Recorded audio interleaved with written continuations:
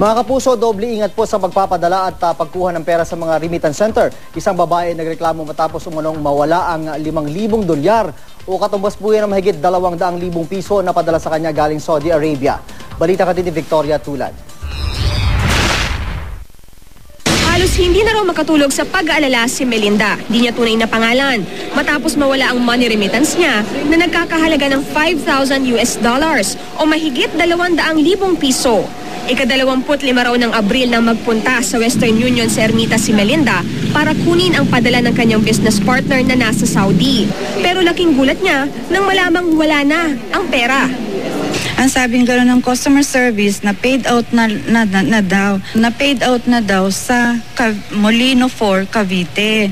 Sabi ko, paano ako mapupunta ng Molino 4, Cavite? Dito lang ako sa Manila. Kinabukasan, nagpunta raw sa Cavite sila Melinda, pero ayon sa teller doon, hindi sa kanila pinroseso ang naturang transaksyon.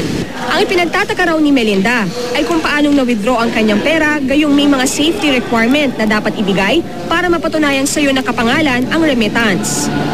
Humihingi yan ng ID with picture, with address. Talagang hirap na ako. Hindi ako maka-move on sa mga trabaho ko.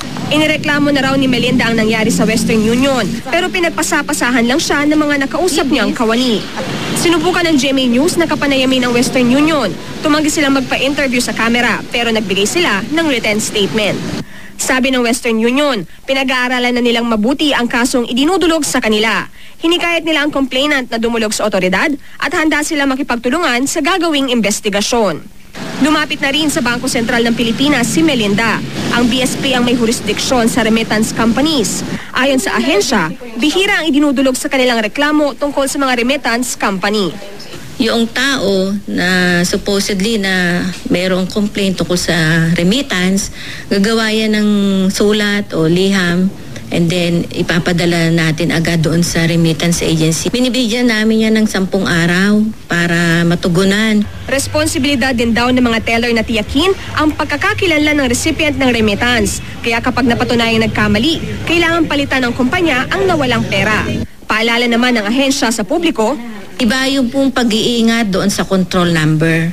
So, wag niyo pong ikwento, wag niyo pong i-share kung kanino man. Ingatan po din natin yung ating mga personal information.